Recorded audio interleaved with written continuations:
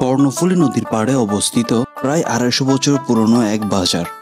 নাম তার চৌধুরীহাট, যা চট্টগ্রামের বোয়ালখালী উপজেলায় অবস্থিত।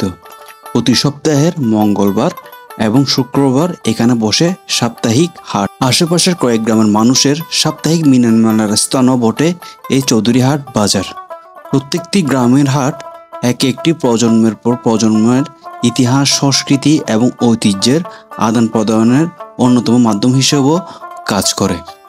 এখানে আসলে আপনারা পেয়ে যাবেন ফ্রেশ শাকসবজি। কৃষকরা তাদের উৎপাদিত সব পণ্য এখানে নিয়ে আসে বিক্রি করার জন্য, যার কারণে ভোক্তারা কম দামে এখানে পেয়ে যায় একদম ফ্রেশ শাকসবজি।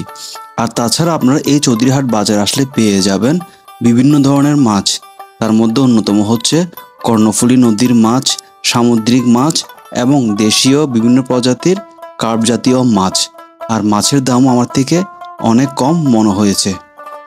এই চৌধুরীহাট বাজার এখানকার আশেপাশের মানুষের দৈনন্দিন একটা কর্মকাণ্ডের অংশও বটে। গ্রামীণ জীবনের সহজ সরল প্রতিচ্ছবি আপনারা এই চৌধুরীহাট বাজার আসলে পেয়ে যাবেন।